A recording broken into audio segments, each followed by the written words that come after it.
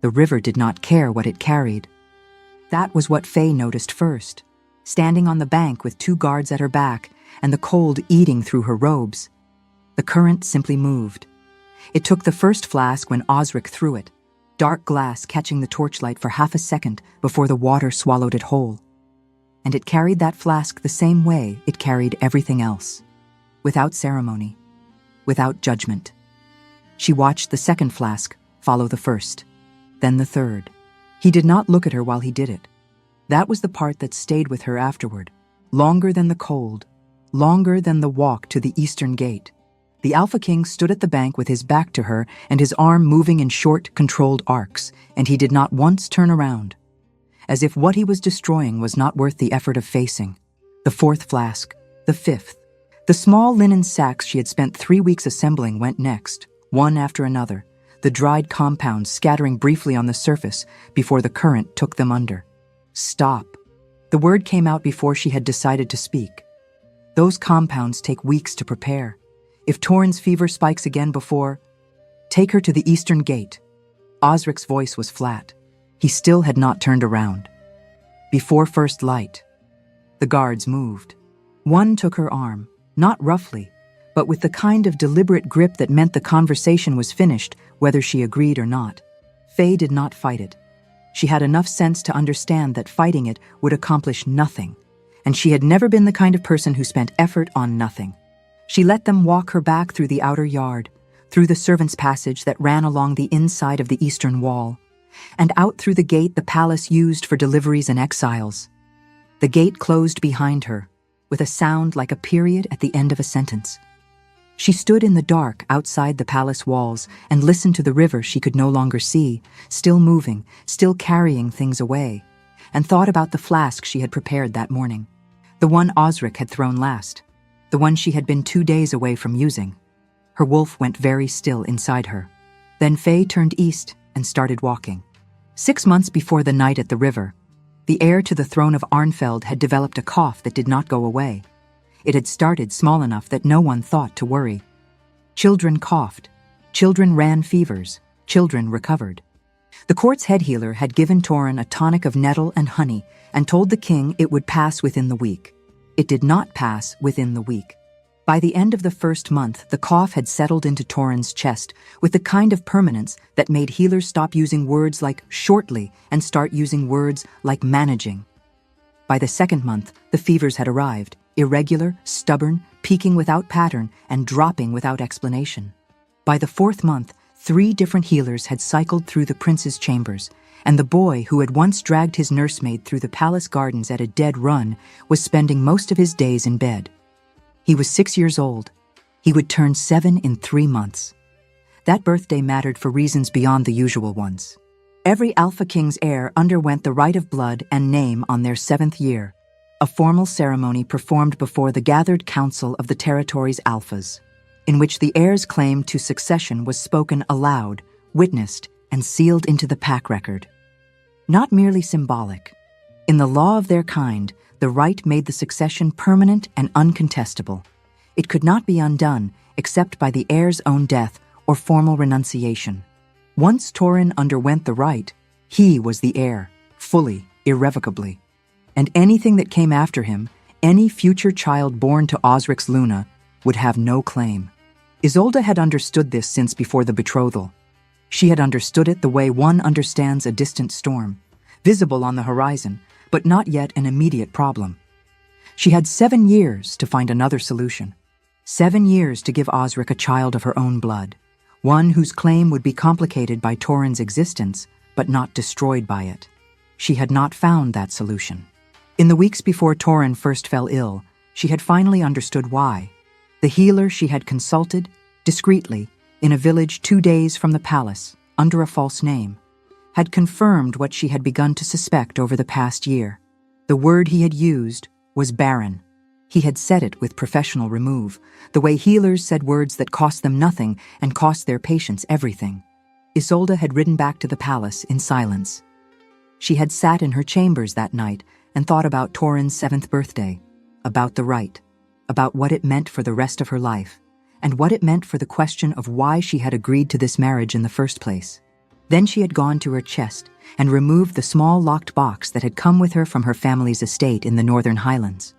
The one her mother had pressed into her hands the morning she left for the palace, saying only, "In case." The powder inside was pale gray, almost white.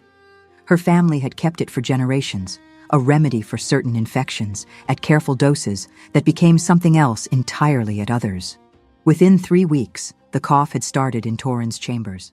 By the time Edric arrived at the palace, Torrhen's fever had climbed to the kind of height that made the boy's eyes lose focus when he spoke.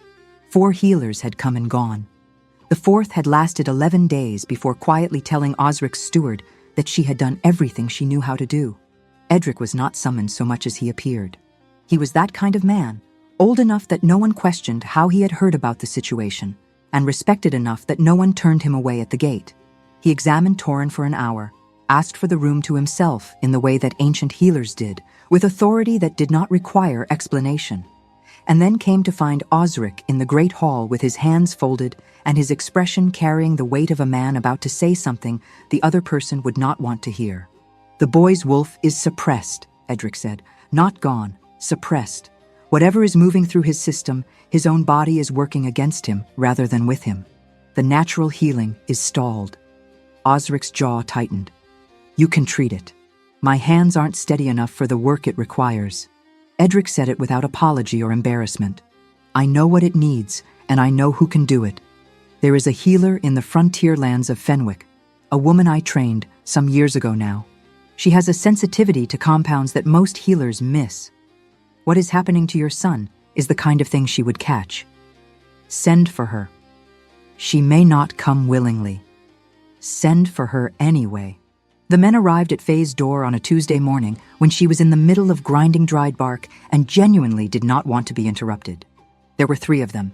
Palace guards, by the cut of their coats and the particular way they stood in her doorway, as if the smallness of the room was an inconvenience they were graciously tolerating. The one in front told her that her presence was requested by the Alpha King of Arnfeld. He said it the way people said things that were requests in word only. Faye set down her pestle. "Edric sent you," she said. "The healer Edric recommended you. How long has the child been ill?" 6 months.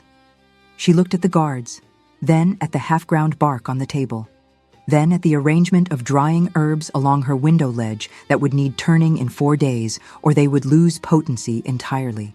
"I'll need to bring my own supplies," she said, "and a horse with enough saddlebag room to carry them." The guard nodded.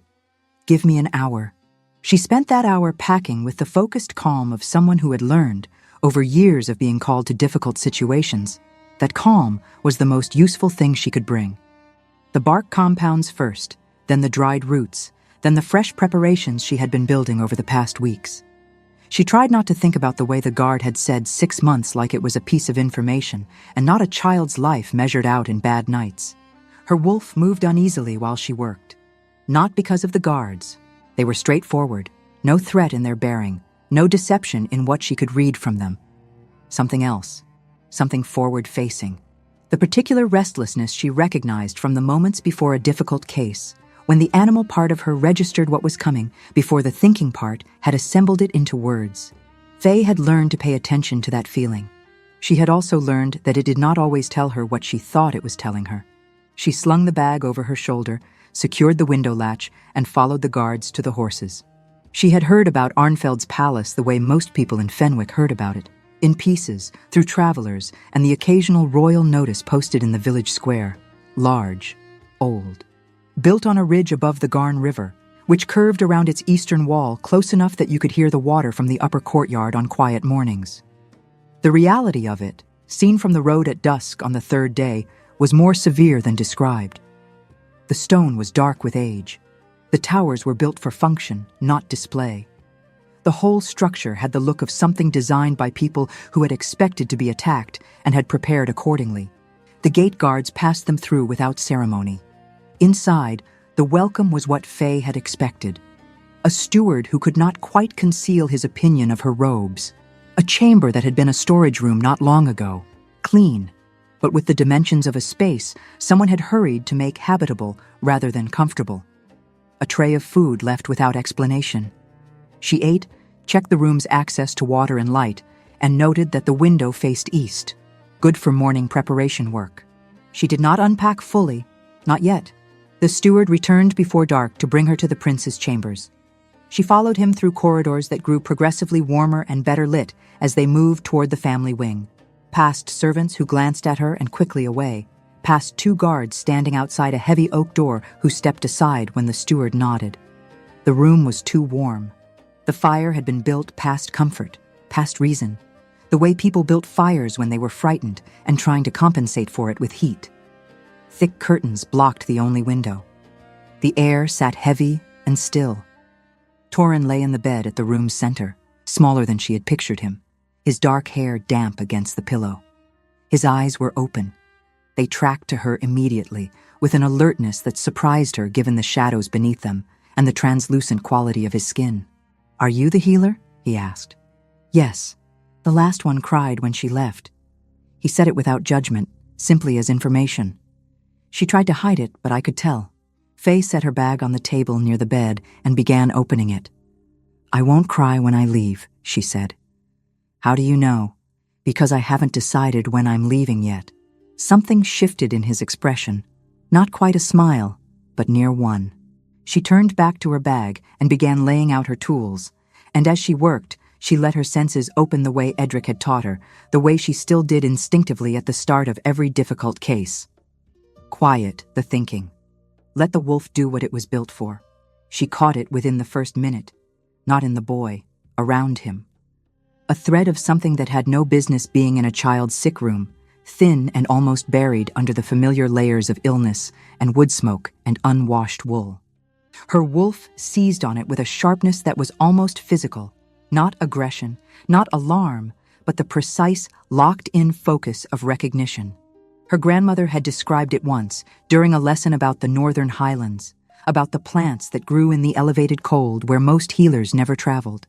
A pale powder, almost white, that accumulated slowly and mimicked natural illness so convincingly that even experienced practitioners could spend months treating the wrong thing. Faye's hands continued moving, steady and deliberate. She knew what was in this room. She knew, with the certainty that came not from training alone, but from the part of her that was wolf before it was anything else, what had been making Torin sick. She also knew that knowing and proving were 2 entirely different things, separated by the kind of distance that a frontier Omega with no title and no standing could not close on her word alone.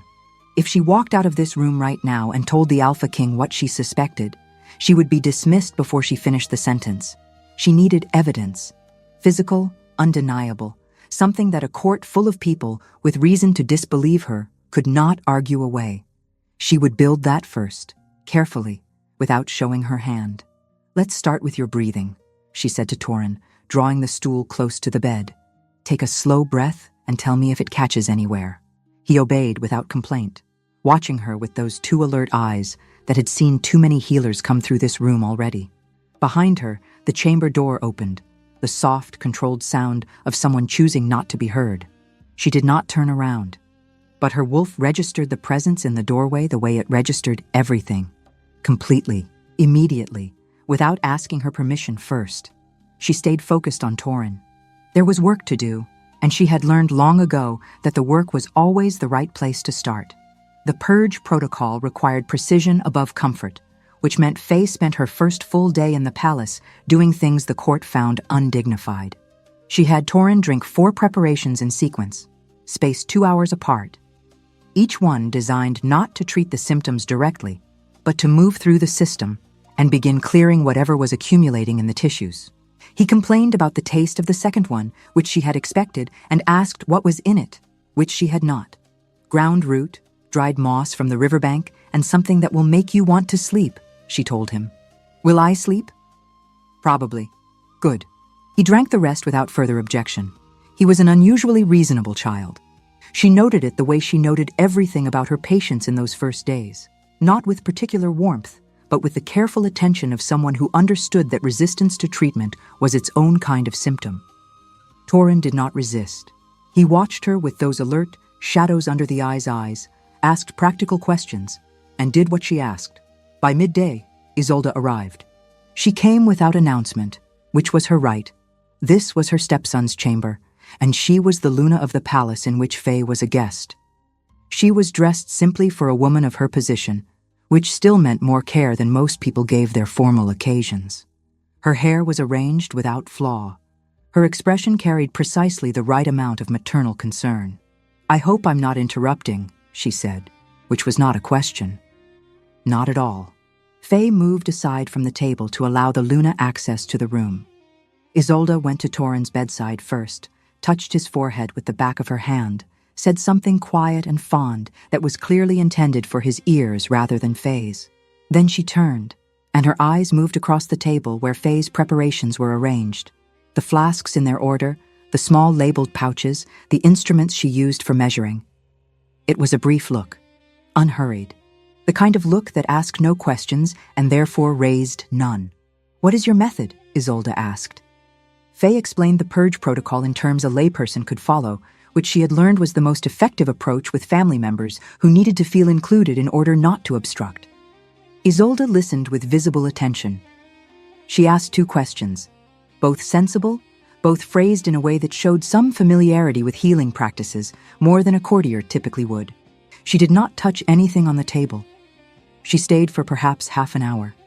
When she left, she thanked Faye for her patience and told Torrhen she would come again tomorrow. Faye watched the door close. Then she looked at the table. Everything was exactly where she had placed it. She was certain of that. She had an arrangement system that had become involuntary over years of practice, each item in a position relative to the others that she could read in a single glance. Nothing had been moved, but Isolde had spent 30 minutes looking at it. Faye turned back to Torrhen and picked up her measuring instrument. Her wolf had gone quiet in the specific way it went quiet when it was paying attention to something it had not yet named. The second day followed the same shape, with variations. Isolde came again, at a different hour, staying longer. She sat in the chair near the window while Faye worked, and she asked different questions about the sourcing of specific compounds, about the preparation of the evening draft, about how long sealed flasks remained stable once opened. All things a concerned family member might reasonably want to know. Faye answered each one clearly, without offering more than was asked.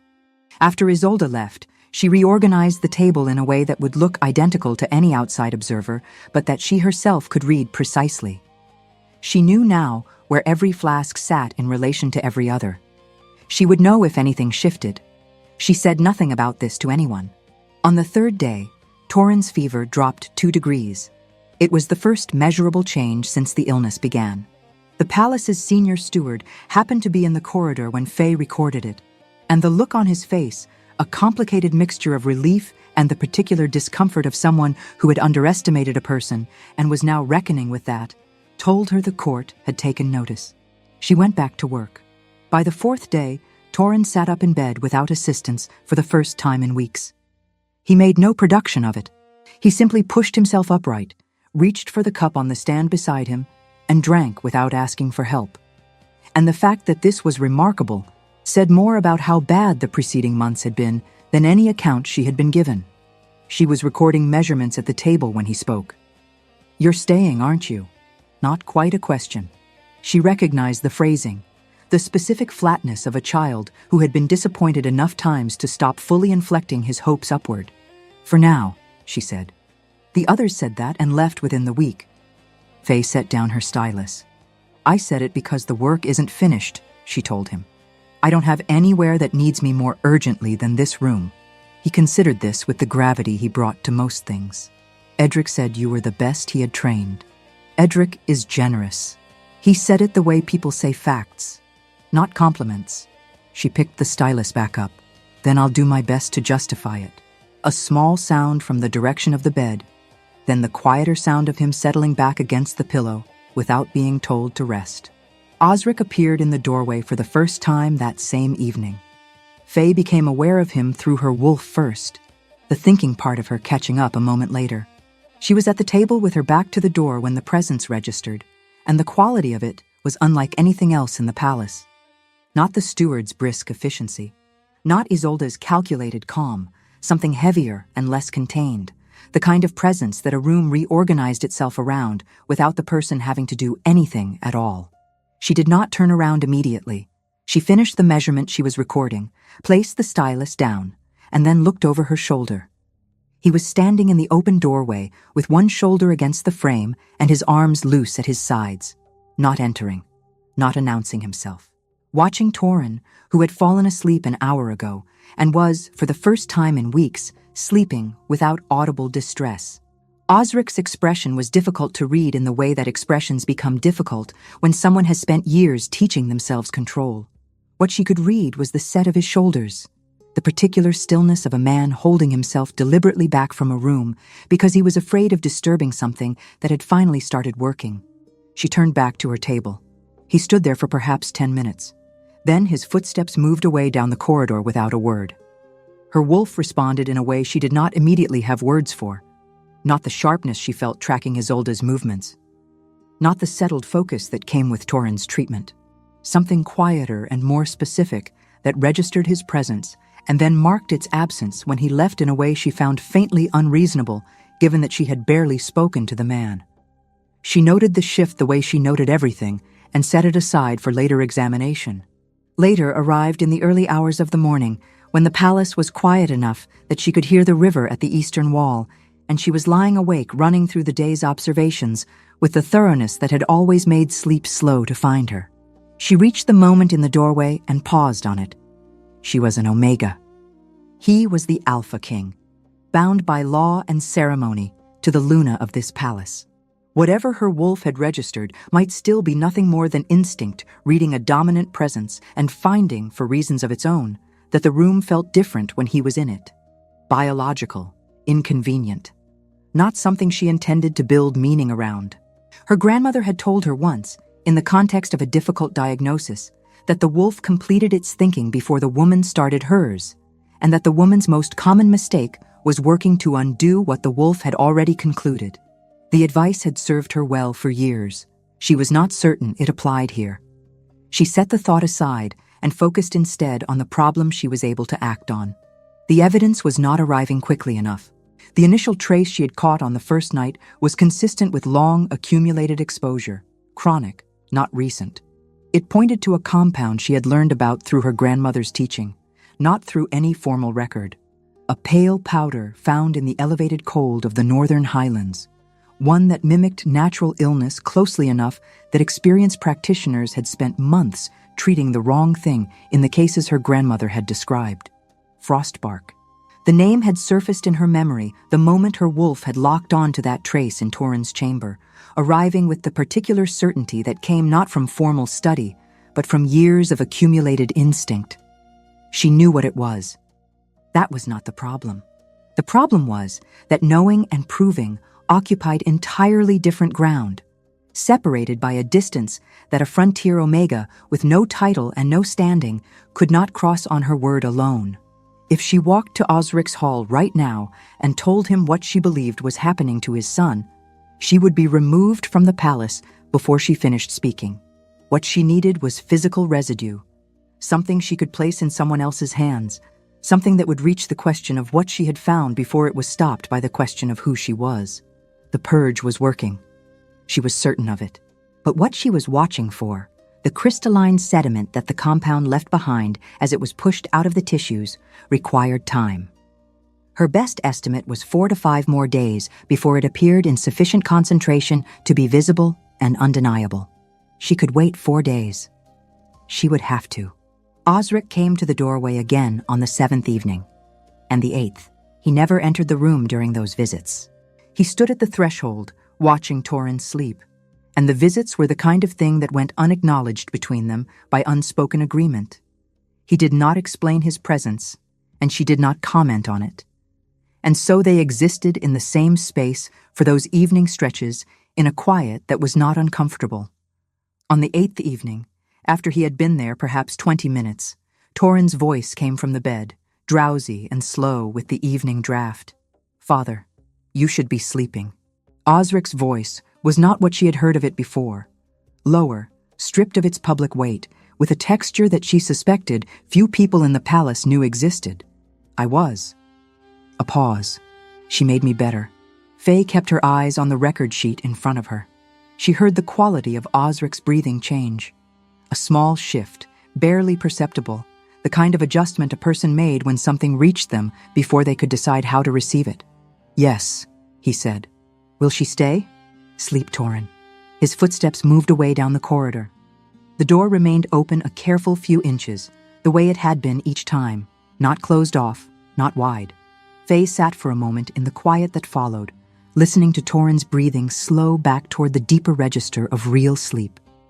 Her wolf registered his departure before the corridor fell quiet, and what lingered afterward was no longer mere surprise. Recognition had entered it somewhere along the way. That was inconvenient. Nothing in the observable facts had changed. He was bonded to Isolde. That bond was a fact of pack law, as real and binding as any in their world. Whatever her wolf was doing with his presence in the doorway existed entirely outside any territory in which she was permitted to think about it seriously.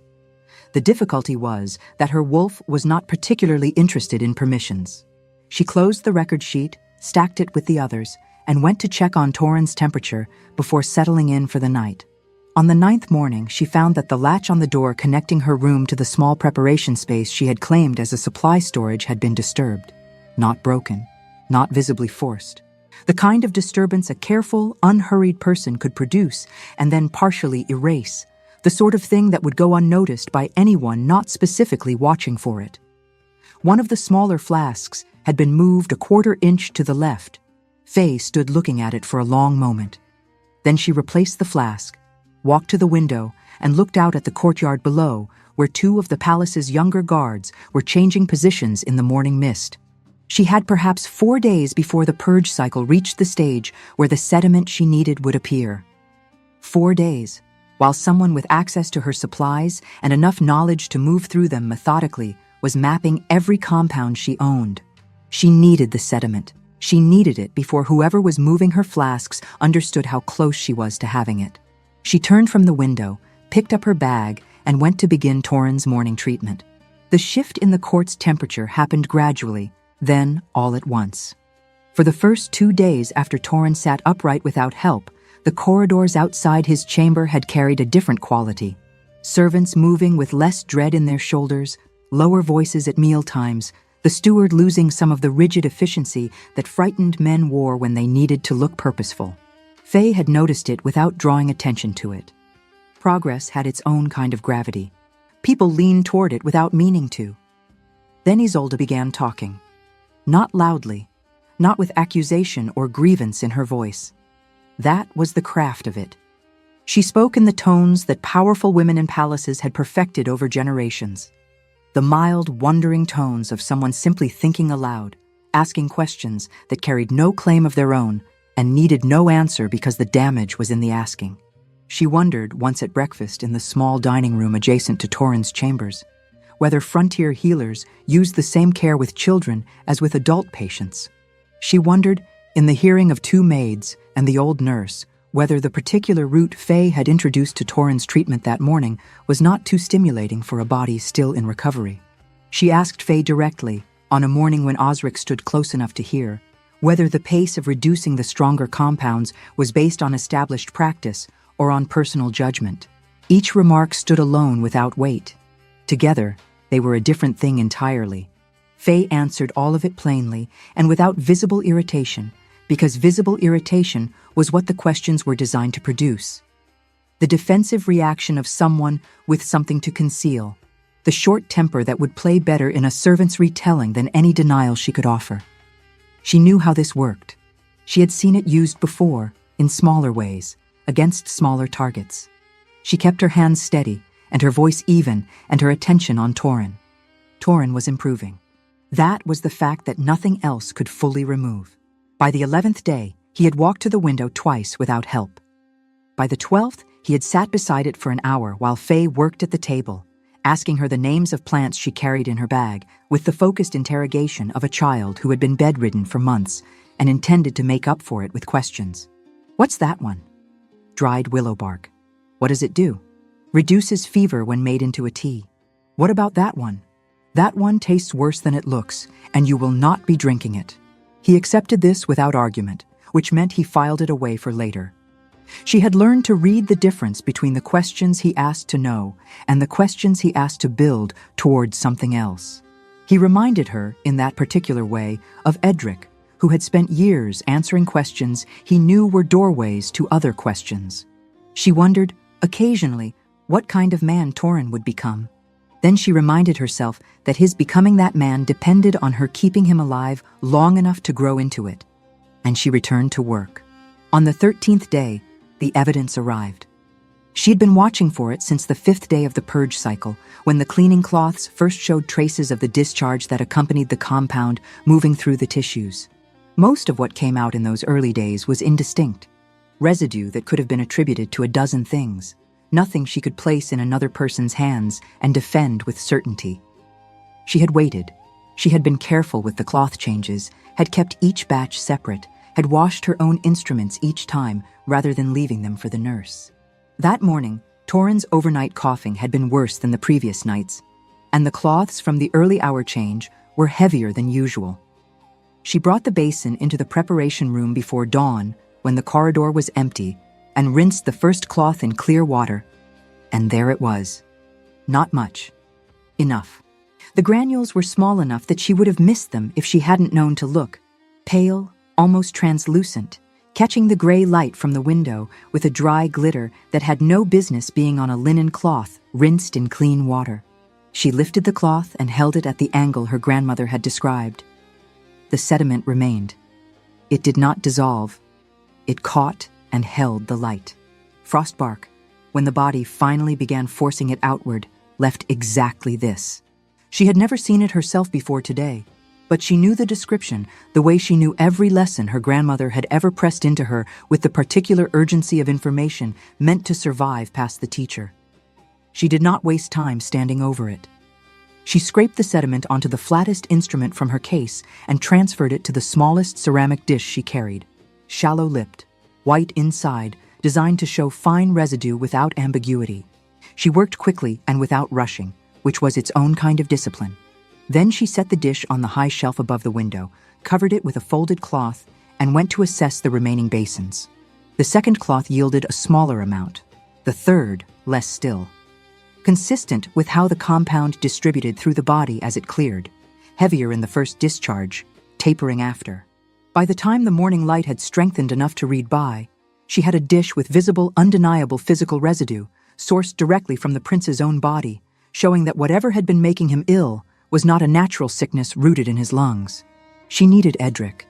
He was the only person in this building whose word would reach Osric before Isolde's did. An itinerant healer of 50 years standing, known beyond the palace grounds, with no stake in court politics and no bond of loyalty that could be questioned. If she brought him the dish, if he looked at it and confirmed what it was, there was a path through this room that did not require her word alone. She was already reaching for her cloak when someone knocked at the preparation room door. She turned. The sound had come from the side entrance, the small door that connected the preparation room to the service corridor, not the main door to the hallway. Only 2 people used that entrance with any regularity. One was the nurse. The other was Isolde. Faye set her cloak down and opened the door. It was not Isolde. It was the younger of the 2 chambermaids who had been assigned to Torin's care, a thin, quiet girl who had come with Isolde's household from the northern estates. She kept her eyes low when she spoke, which told Faye very little, except that she had been told to keep them low. "The Luna asks that you come to the prince's chamber for the midday preparation," she said. "His Majesty will be present." Faye looked at the maid for a moment. "At what hour?" "Now, if you're ready." The preparation that she carried to the midday treatment was one she had made the evening before. The central binder that acted as the base for Torin's afternoon medicine, the one that had been most precisely calibrated through the 2 weeks of purge work. She had mixed it at sunset, sealed it, and placed it on the second shelf from the top on the left side of the preparation table. She crossed to the shelf. The flask stood where she had left it. At a glance, it was exactly as she had prepared it. She lifted it and tilted it once in the gray morning light. The movement of the liquid inside was wrong, not dramatically. Not in a way that would register to anyone who had not spent 11 years developing the kind of attention to viscosity and surface behavior that most healers never bothered with. But she had, and it did. The preparation she had mixed the evening before moved slightly slower, carried slightly more suspension. This was thinner, more uniform. She uncorked it and brought it to her nose. Beneath the familiar resin of the base compound, placed there with enough accuracy to make the substitution survivable to casual inspection, was something that did not belong. Sharper. A secondary edge she had used clinically once, years ago, in a specific context that had nothing to do with a child's recovering lungs. Nothing lethal at moderate dose. At the dose she would have introduced into Torin's midday treatment, it would have set his progress back by at least a week, producing symptoms that looked precisely like a natural relapse. A relapse that would have occurred immediately after her methods began drawing scrutiny. Her hands remained steady. The thinking part of her fell silent for a moment, while she stood with the flask open and breathed through what had been built around her in the hours she had slept. Then she replaced the stopper, picked up the ceramic dish from the high shelf, held both items at once, and went to the prince's chamber. Osric was standing near the window when she entered. He was not alone. Isolde sat in the chair beside Torin's bed, one hand resting near the boy's foot, through the blanket in a posture of careful proximity. The council steward stood near the hearth. A man in a formal coat, whose function Faye could read from his bearing, if not his name, occupied the far corner. Council adjutant, or something close to it. 2 guards remained inside the door. Too many people for a routine preparation. Torin was awake, sitting up, watching the room with the watchfulness of a child who had been ill long enough to understand that adults gathered in numbers when something was about to be decided about him. Faye set both items on the side table and did not begin unpacking. Isolde spoke first, before anyone had the chance to establish a different tone. "Thank you for coming." Her voice was the same as always, unhurried, sorrowful in its patience. "I asked His Majesty to be present because I have been troubled by something for the past few days, and I didn't feel it was right to hold my concerns back any longer." Faye looked at Osric. He was watching her. His jaw was set, and his eyes carried the amber sharpness that she had learned marked high alertness in him, the wolf close to the surface. "Then let's address the concerns," Faye said. Isolde rose from the chair. She moved to the preparation table and stood near it without touching anything. "I want to be fair," she said to the room, not to Faye specifically. "I have watched this healer's methods closely because it is my duty to watch, and I have tried to ask questions rather than draw conclusions. But I am no longer able to ignore what I have seen." "What have you seen?" the councilman asked. Isolde reached to the table and lifted the second flask from the left, not the substituted one, but a different bottle, one that Faye did not use for the midday treatment, one that sat slightly apart from the others because it contained a compound used only for drawing out deep tissue swelling, never taken internally, far too concentrated for direct ingestion. She held it up. "This bottle has been moved repeatedly over the past 5 days," Isolde said. "Placed in different positions on the table. Twice I found it near the preparations intended for the prince's morning treatment." Faye kept her voice flat. "It was moved because I needed access to different parts of the table at different hours. It belongs on the left side. It is on the left side." "This morning," Isolde continued, without acknowledging the interruption, "I came to collect the overnight cloths before the nurse arrived because I wished to see them myself. I found that 3 of the cloths had been removed from the basin already. Because I removed them." Faye placed one hand on the ceramic dish, "to examine what they contained." "And what did you find?" "I will show you." She uncovered the dish and held it toward the room. The sediment sat in the shallow white interior, small, pale, visible in the morning light. "This is frostbark residue," she said. "It was present in the discharge from the morning cloths. Your son has not been suffering from a natural sickness. He has been poisoned." The word dropped into the room and sat there. The steward's face went careful. The councilman moved one step closer, almost involuntarily. Torin sat fully upright in the bed. Osric's eyes went to the dish. For the span of 3 seconds, something moved through his expression, an uncertainty that was also a hunger, the particular look of a man who wanted very badly to believe one thing and was watching a different thing become possible. Then Isolde spoke. "Forgive me," she said, and her tone was grief wearing the costume of apology. "But I need to understand. You are saying that my stepson was poisoned, that this has been occurring for months, that no one else identified it." She paused. And you are producing this evidence now, today, after being questioned about your methods, after your supplies were noted to be disturbed, after I expressed concern to His Majesty. I found it this morning. This morning. She did not inflect it as disbelief. She did not need to. How very timely. Faye turned to face her fully. Show me someone else who could have found it. I could not, Isolde said. I am not a healer. But then, neither am I the person whose compounds have been shifted repeatedly in ways that suggest something was being removed from or added to the preparation room without clear purpose. She looked at Osric.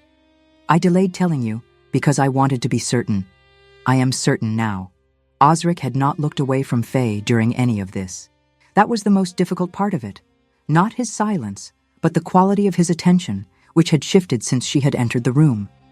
It was the attention of a man watching the two accounts against each other, trying to find solid ground, and finding that neither side offered footing that his wolf could verify. His bond with Isolde was there. Faye could not see it, but she could read its effect the way she read other unseen forces. In the slight lean of his shoulder toward the Luna's voice, in the way his instinct was interfered with every time it reached toward the dish in Faye's hand and then retreated. A political bond was not the same as a mate bond. It did not carry the same warmth or certainty, but it carried weight, and it sat between him and clarity like smoke between him and a window. The flask, Faye said. She lifted the substituted bottle and held it beside the dish. This is not what I prepared yesterday. Someone replaced it. If you have Edric examine both the original residue and this flask, he will confirm what I am telling you. The healer Edric is elderly and has spent much of his time these past days in the lower courtyard, Isolde said. He has not been present in the preparation room. He doesn't need to have been present. He needs to be brought a flask and asked what is in it. And if the flask has been tampered with, Isolde said very quietly, as you claim, who had access to your preparation room, if not you? Torin made a sound from the bed. Short, sharp. His hands had gone flat on the blanket. Osric moved, not toward Faye. Away from the window, a repositioning that changed the geometry of the room, put him between the two accounts in a way that was physical as well as deliberate. His amber eyes went to Torin first. The boy's face had the color that meant the effort of sitting upright was becoming costly. Whatever this room was doing to Torin, it was being done in front of the child it was meant to decide the fate of. This ends now, Osric said. Faye looked at him. Your preparation will not be used today, he said. The sediment dish and the substituted flask will be sealed for Edric. Everything else will be surrendered to the steward until I have spoken with Edric and with the council. You will remain within the eastern rooms. Faye did not move for a moment. If you stop the purge cycle now, she said, what has been building in him will reverse. The sediment proves the compound is clearing. Stop the treatment, and it accumulates again. You have my answer. Torin will. You have my answer. From the bed, Torin's voice came, smaller than it had been in days. Faye. She looked at him. He was watching her with the expression of a child who had learned, through months of too much adult confusion around a bed he could not leave, that sometimes the people who helped you were removed before the helping was finished. She held his gaze for a moment. Then she set the flask and the covered dish both on the table with care, not with the careless placement of someone who had given up, but with the precision of someone who had placed something where it would be found later. She looked at Osric one final time. His expression had the particular set of a man who had made a decision and was already beginning to feel the cost of it before the cost had fully arrived. Faye held her tongue on the things that would not help. She had learned that too, over years in rooms where being right was not always the thing that determined what happened next. She turned and walked toward the door. Behind her, Torin said nothing more. She heard his breathing, steadier than it had been even 3 days ago, even now. The purge still working at the edges, the progress still present, even in the room where it was being dismissed. She carried that with her into the corridor, where 2 guards fell into step at her sides without being told, and the eastern rooms waited at the end of a hallway she had not yet learned to read in the dark. The guards did not speak to her on the way to the river. That was fine. Faye had nothing she needed to say to them. They were doing what they had been told to do, walking her through the outer yard and down the stone path that ran along the inside of the eastern wall toward the lower gate. and she spent the walk doing what she had learned to do with useless feeling, setting it aside and looking instead at what was still actionable. What was still actionable was not much. The ceramic dish was on the side table where she had placed it. Edric was somewhere in the building. The purge cycle was on its 13th day, and the sediment she had collected this morning meant the compound was actively clearing, which meant Torin's body was doing the work it needed to do, which meant stopping the treatment now was the most dangerous thing Osric could have ordered, short of harm done on purpose. She was thinking through what, if anything, Edric could do with that information before morning, when the sound of the river grew louder and she understood they were not taking her to the eastern rooms. They were taking her to the bank. The lower gate opened onto a path that dropped away from the palace wall toward the Garn, and in the dark, the river was a sound before it was a sight, low and continuous, absorbing the smaller sounds of the night around it. The torch two of the guards carried threw orange shapes on the water and on the figure standing at its edge. Osric. He had beaten them there, or had never gone back inside after dismissing her from the chamber. He stood with his back to her and the river directly before him, and at his feet sat everything he had removed from the treatment cycle and did not trust to go back into Torin's body. Her bag. Her case. The remaining sealed flasks arranged on the flat stone of the bank with the rough care of a man who had made a decision and was now carrying it through. The sediment dish was not among them. Neither was the substituted flask. He reached for the first flask without turning around. "Stop!" The word came out before deliberation finished. Not a plea, not argument, just the instinctive assertion of someone watching something irreversible begin. Those compounds took weeks to prepare. If Torin's cycle doesn't complete, everything he's cleared will... He threw the flask. The dark glass caught the torchlight for the length of half a breath, and then the current took it, the way the current took everything that entered it, without differentiation or ceremony. The small splash was disproportionately quiet for what it cost. Faye stopped speaking. She watched the second flask follow the first, then the third, then the small linen pouches that held the dried compounds she had spent 2 weeks building from materials available in the frontier. The river absorbed each one. She counted them without meaning to, the way the mind fixes on measurement when everything else is past the point of managing. "You are making a mistake," she said. He said nothing. The sediment is physical evidence. It came from his body this morning. If you have Edric examine it, he will examine it. He threw another flask. He will examine the sediment and the substituted bottle before dawn. But I will not put another unverified compound into my son tonight, and you are no longer the one treating him. Then who will? Silence, except the river. "Who do you have?" Faye said, and she kept her voice even with the effort that calm always cost in the moments when it mattered most. "Who is capable of identifying what is in his system and continuing what the purge started? Name them." He turned then, for the first time since she had come down the path. The torchlight moved across his face, picking out the line of his jaw and the amber of his eyes and the particular quality in his expression that she had come to recognize as the surface beneath which something with more texture lived. The bond with Isolde pressed its interference between his instinct and its conclusions. She could read the effect of it even if she could not see it directly, the way you read wind by what it moves. "You are the one who produced a powder this morning as evidence and accused the Luna of poisoning her stepson," he said, "in front of the council, in front of whoever needed to hear it, in front of my son." That landed differently. She felt the weight of it. "I know," she said. "I would have chosen otherwise if the room had allowed it." Something moved in his face. Not softening, the wrong word entirely. A fracture, small and immediately controlled, in the wall that anger built faster and easier than anything else in a man who'd had reason for it. He looked away from her and threw the last flask. The pouches followed. The case she had carried from Fenwick went next, the leather hitting the water flat and beginning to sink at the weight of the instruments inside. Then the bag itself, stripped of the tools she had left on the preparation table and carrying only the empty cloth wrappings. The river took it all with the same indifference it had shown everything else. "The eastern border," he said to the guards, "before first light." She said nothing more. The moment for speech had passed, and she understood its passage precisely. Not as defeat, but as the closing of one route among others. She turned and walked with the guards back up the path toward the lower gate, and the sound of the river followed her until the wall came between them. She did not look back. The journey east ran 3 days through the lower territory of Arnfeld, along the road that connected the palace district to the frontier settlements. The guards rode, and she rode with them, which meant a pace faster than she would have chosen on her own, and a silence she found she did not mind.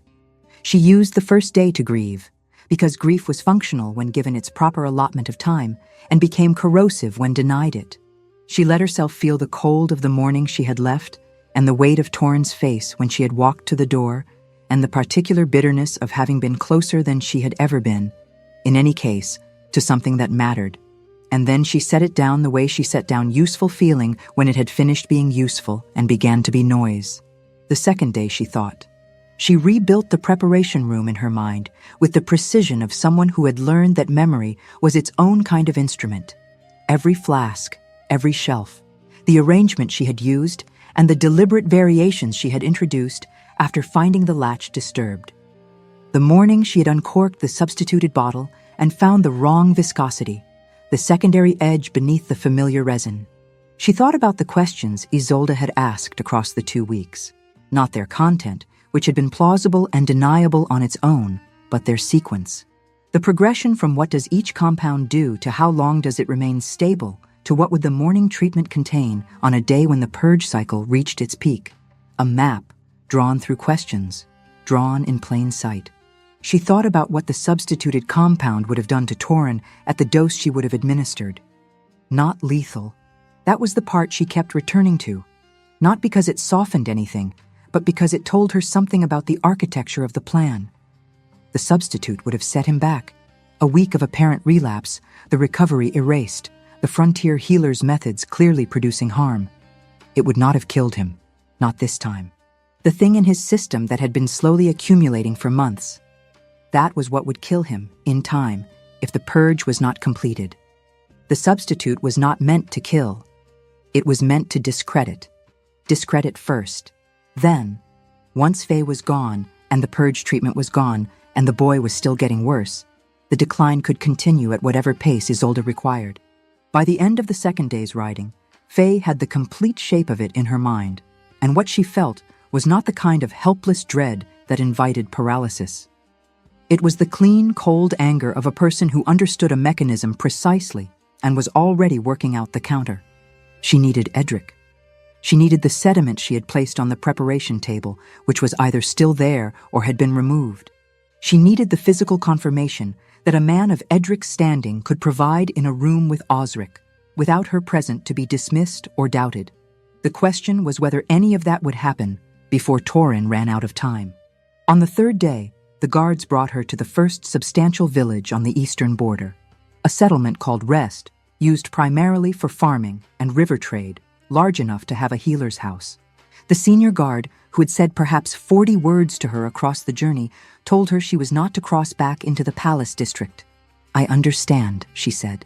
He looked at her for a moment with the expression of a man who had just realized he was delivering a sentence to someone who was not afraid of it. Then he left, and she went to find the healer. The healer of Rest was an old woman named Doran, who had seen enough in her years along the frontier that a stranger arriving at her door before midday, asking to use her preparation table, was not a situation that required much adjustment. Faye paid with the coin she kept in the inner pocket of her robe. Edric had given it to her before she left Fenwick, saying only that capable people should always have resources that did not depend on the goodwill of their employers. And Doran showed her the table and did not ask unnecessary questions. Faye began rebuilding from what the local area offered. Some compounds she could reproduce. Others required materials that did not grow in this part of the territory and could not be sourced in time. She worked with what she had, methodically, and she did not let herself think about whether she was building something that would arrive in time to be used. She was working late in the second evening at the table when her wolf went still in the way it went still before something significant entered its range. She set down the mortar, waited. At the palace, Torrin collapsed before the second morning. The nurse found him at dawn, still in the bed, not thrashing, not making the sounds he had made during the worst of the fever spikes. Simply wrong. Breathing wrong. the color gone from his face in a way that was different from the pale weakness of the past months, which had at least been alive in its quality. This was something going quiet. 3 of the palace's available healers cycled through the chamber in the space of 2 hours. They worked against symptoms they could not source to a cause, because the cause was not a natural process moving through natural channels. The purge cycle, interrupted on its 13th day, had stopped the clearing. What Faye's treatment had been fighting outward was now working inward again, undisturbed, accumulating in the tissues of a child whose own healing capacity had been suppressed beneath months of slow poisoning. The healers conferred in the corridor and used words like stabilize and support and wait, which were the words healers used when they did not have the word that mattered. Edric heard about Torin's collapse from the steward's assistant, who had been going room to room looking for anything that might help, and had arrived at the old healer's door with the combined desperation of someone who had exhausted all the authorized options and was now trying the ones he had been told to ignore. Edric asked for the room. It was not a request in the way that most requests were. He said it in the tone that had come from 50 years of standing in chambers where people were choosing between their comfort and someone's survival. And it had the effect such a tone produced on anyone who had not fully decided to choose their comfort. The nurse left. The remaining healer gathered her materials without protest. Even the senior guard stepped out and pulled the door. Edric sat with Torin for a long time. He worked the way he had always worked, slowly, without the haste that caused the kind of errors that were easy to miss and costly to correct. He had asked for a lamp to be placed close to the bed, and in its steady light, he examined the boy with the full scope of senses available to him, wolf and experience together, the way he had taught Faye to do when she was small enough to sit on the work table at his side. The trace was faint. Days of the purge cycle had pushed a significant amount of the compound outward before the treatment stopped, and what remained was more dispersed than when Faye had first identified it. But it was there. He knew it the moment his wolf locked on it, not with surprise, because he had been thinking about this case for 2 weeks with the nagging feeling of someone walking past a detail they had not fully resolved. And this was the detail. He knew what the compound was. He knew where it grew. He had treated one exposure case 40 years ago in a village at the edge of the Northern Highlands. He had not forgotten it because it was the kind of case that did not permit forgetting. He came out of the room and found Osric waiting in the corridor. The Alpha King had not been sleeping. That was plain enough from his face and from the quality of his stillness, which was the stillness of someone who had been standing in one place, making himself not move for hours. His eyes went to Edric immediately and read the old man's expression with the sharpness that came from having spent the night watching the only fact that mattered get worse. "Tell me," Osric said. Edric told him. He said it plainly, the way he said everything, without gentleness as a strategy, without harshness as a mercy, just the facts in their order.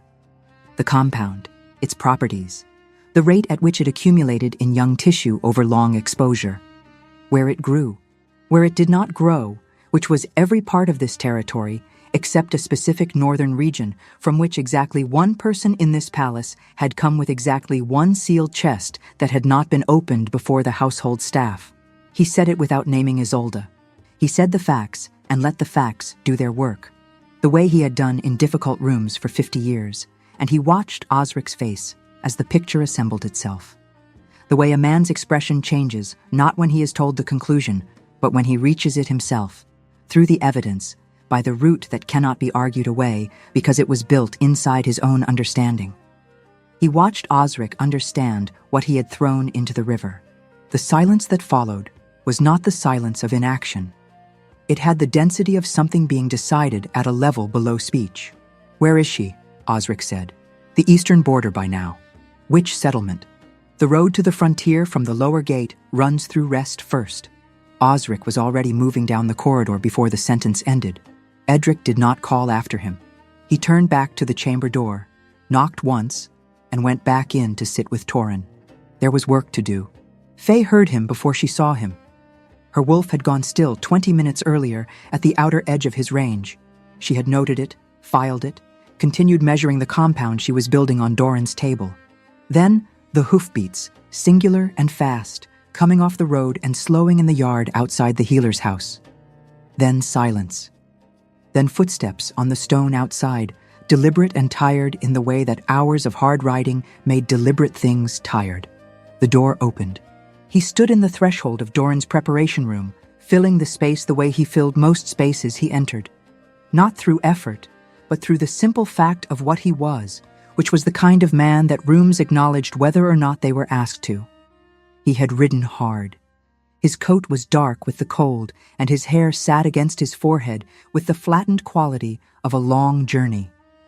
His amber eyes went to her first, then to the table, then back to her face. Whatever he had come to say, he had not yet made it into words. Her wolf did not do the quiet pressing thing it had done in the evenings at the palace. It did something different, something larger and less easy to set aside, a recognition that came from the part of her that did not deal in manageable categories, pressing forward with the force of something that had been held back for 2 weeks by the presence of a bond that had now, in some way she could feel even across the room, changed its quality.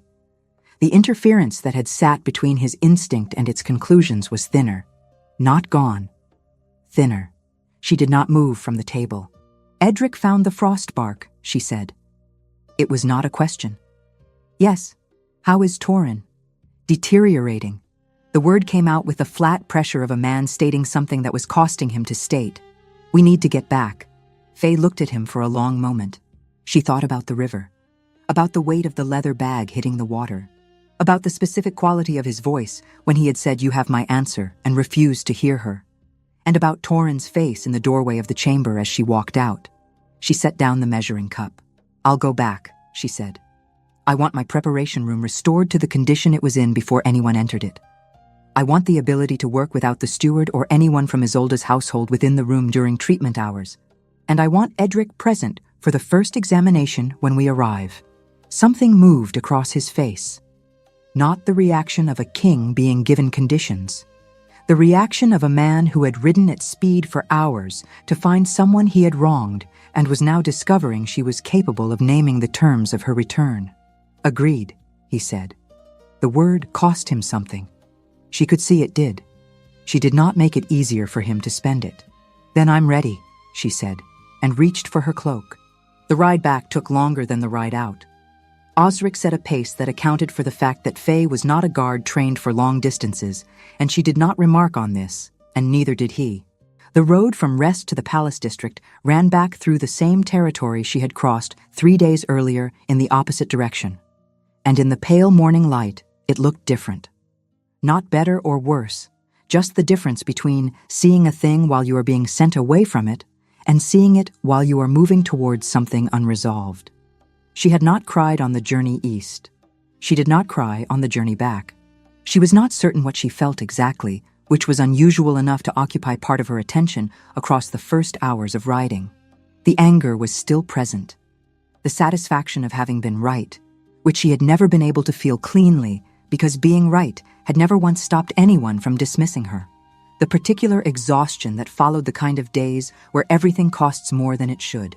And underneath those things, something she kept turning toward and then away from again. The mate bond had broken its surface in Doran's preparation room, and she had felt it with her whole body. Not the faint pressing quality she had experienced in the evenings at the palace, the thing she had been able to categorize as proximity response and set aside with reasonable success. This had been different. This had the force of something that had been held at distance for too long being released all at once. A recognition that moved through her wolf and her chest and the backs of her hands at the same time, impossible to name as anything less specific than what it was.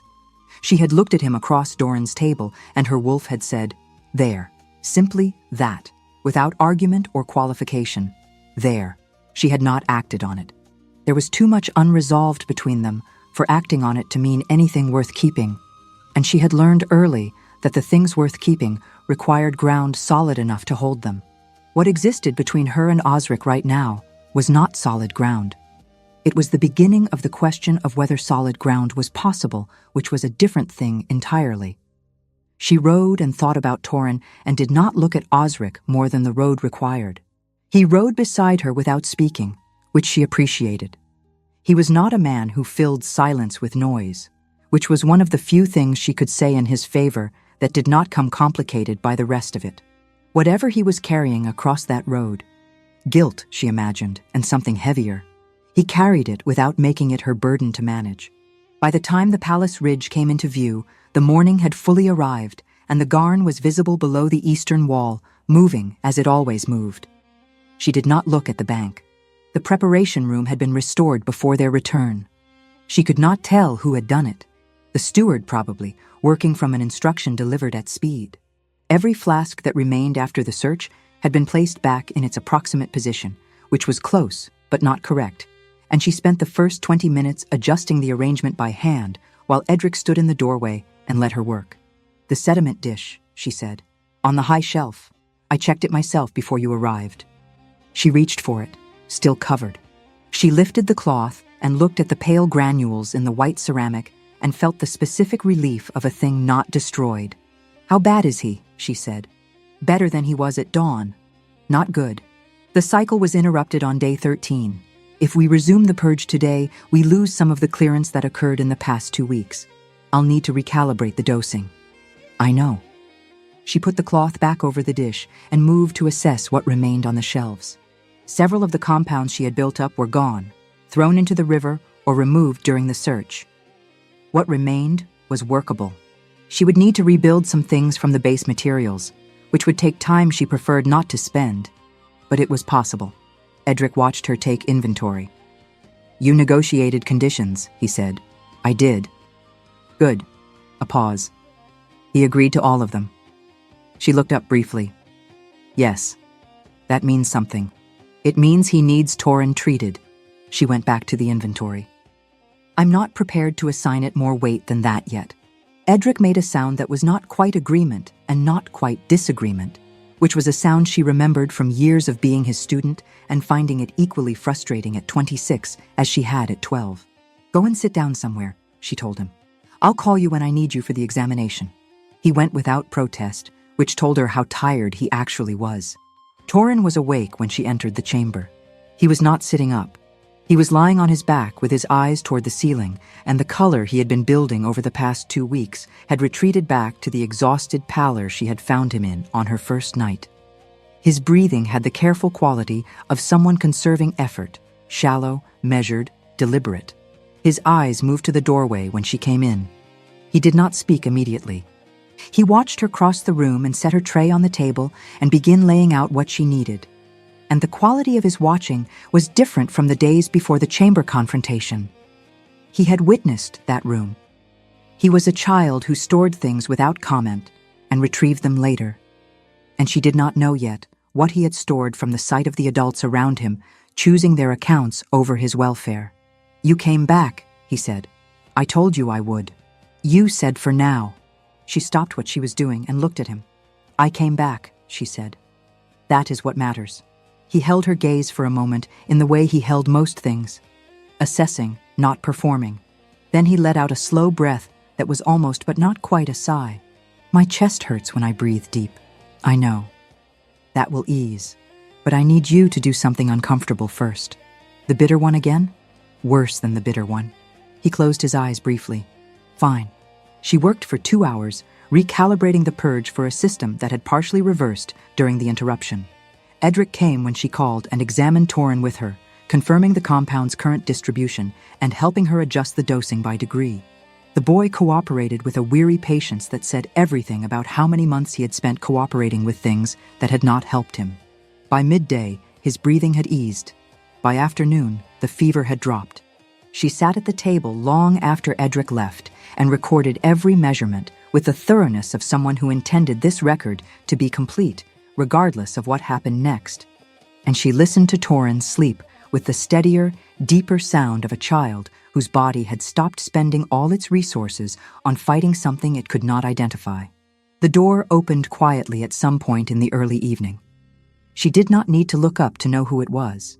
Osric came in further than he had ever come during the threshold evenings, not to the bed, but to the center of the room, stopping near the table with his hands at his sides. He looked at his son's sleeping face for a long moment, and whatever moved through his expression then was the kind of thing that happened when fear and relief arrived at the same time and found there was not enough room in a person for both of them cleanly. Then he looked at Faye. The mate bond responded to the direct attention the way it had been responding to his presence since the preparation room in rest, fully, without the interference that had distorted it for the weeks she had worked in this palace. The political bond with Isolde was not broken yet, but it had thinned to the point of transparency, and through it she could feel the quality of what was actually there. Not the muffled signal she had been reading sideways for 2 weeks. The thing itself. Her wolf said the same thing it had said in rest. She kept her hands still on the record sheet. "He's stabilizing," she said. "I know," Edric told me. A pause. "He'll recover fully?" "If the cycle completes without interruption." Osric received this without visible reaction. Then he said, "I owe you." "Not now," she said, quietly, without anger. "There is time for that later. For now, it will make the work harder." He was silent for a moment. She had the sense that he had prepared something and was now putting it away. Not because it was unwanted, but because the timing was wrong, and he understood timing well enough to recognize when he was being told so. "Then later," he said. "Later," she agreed. He looked at Torin once more. The boy's dark hair against the pillow, the steadier color in his face that was still not what it should be, but was no longer frightening. And then he left. The door closed with the same careful fraction of an inch he had always left it. Faye looked at the space where he had stood. Her wolf held the recognition for a moment longer, then settled. She turned back to the record sheet and finished the notation she had started before he arrived. The search of Isolde's chambers happened the following morning. Osric ordered it without announcement. He brought Edric and the council adjutant and 2 of the senior guards, and he did not tell Isolde in advance, which was both his right as Alpha King and a practical decision. The kind of evidence that could be moved had every reason to be moved if its owner knew to expect a search. Faye was not present. She was with Torin, where she needed to be, and she heard the account of it from Edric that afternoon. The frost bark was found first. Not hidden with any particular care, stored in the locked chest that Isolde had brought with her household from the northern estates. The chest whose contents had not been catalogued when she arrived, because cataloging Aluna's personal effects was not standard practice. The chest contained several sealed compartments, and in the third one, a quantity of pale gray powder sat in a cloth bag, unlabeled, in an amount that could not be explained by any medical purpose a person might claim in passing. The correspondence came next. Letters from Isolde's family on the northern estates, filed in order and dated across the past 14 months. The early ones were family communications of the ordinary kind: property matters, seasonal accounts, social news from the Highlands. Then, beginning 8 months ago, requests. Specific requests, phrased in the oblique language that families used when they were not certain how directly they could write to one another through a courier. Requests for particular dried goods that did not appear in any kitchen record of the palace. Requests that aligned, in their dates, with the intervals at which Torin's symptoms had worsened. The family had sent what was requested. The evidence of the correspondence stopped short of naming what was being sent or why. It was damning by pattern and timing rather than by explicit statement. Sufficient, not comfortable. The third thing was the most difficult. Tucked into the lining of a secondary case that held Isolde's personal documents was a small journal, its cover unremarkable, its pages written in a careful, practiced hand. It was not a confessional. It was not an account of intent or remorse or any of the things a guilty document sometimes contained. It was a record. Dates, observations, notations about response and adjustment that read exactly as a healer's dosage log read. Clinical, precise, oriented entirely toward outcome, the outcome being the management of a slow decline. Edric told Faye this with the flat steadiness of a man who had seen the worst of what people were capable of too many times to be destroyed by it, though never too many times to stop being troubled by it. She listened without speaking until he was finished. "Did Osric read it?" she said. He read enough of it. She thought about the quality of what she had seen in Osric's face at the river, the night he had thrown everything into the current. The fracture, small and immediately controlled, that she had read in his expression before the anger closed over it. She thought about what it would cost a man to read something like that journal, written in his Luna's hand, with his son's name and the name of his son's mother threaded through the clinical observations. "Is he all right?" she asked. Edric looked at her over his folded hands. He's managing. That is not what I asked. No, Edric said. He is not all right. He is doing what needs to be done, which is different. She nodded and said nothing more. The formal dissolution of the bond between Osric and Isolde took place 3 days after the search. It was convened in the Great Hall with the full council present, which was procedure for any action that altered the formal pact structure at the highest level. Isolde stood through it with the stillness of a woman who had calculated every contingency except the one that had actually arrived, and the expression on her face was not fear and was not grief. It was closer to the expression of someone watching a game end badly who was already thinking about something else entirely. The bond was not severed in the way that mattered. She and Osric had never been true mates, and the political binding that had connected them could not be unmade the way a true bond could. What could be done, under pact law, was the formal revocation of her title and standing within the pact structure. What could be done was exile. Poisoning the heir of the Alpha King had no precedent of clemency, because it had never happened before in a way that produced a living heir to be consulted. The council deliberated for 40 minutes. The outcome was not in question. Isolde was given 1 day to gather what could be carried. The household she had brought from the northern estates was permitted to accompany her. The chest with the locked compartments was not. She did not speak to Faye before she left, which Faye did not consider a loss. There were things she might have said if the opportunity had presented itself, but she had thought about it and decided that most of them would not have served any purpose, that the evidence had not already served more cleanly. She was with Torin when the gates closed behind Isolde's party. He was sitting in the chair by the window with boots on, the boots he had asked for weeks ago, watching the courtyard below. He was not watching the gates. He was watching the fountain at the center of the yard where 2 sparrows had found something worth investigating in the stone basin. "She's gone," he said. Not a question. "Yes. Are you staying now?" Faye sat on the edge of the table and looked at him, the thin angles of his face still carrying the evidence of months of slow harm, but the color settling back in, the eyes sharper, the presence of him taking up more of the room than it had even a week ago. "I'm staying until the cycle is complete," she said. 6 more weeks, roughly. "And after?" "After is after." She paused.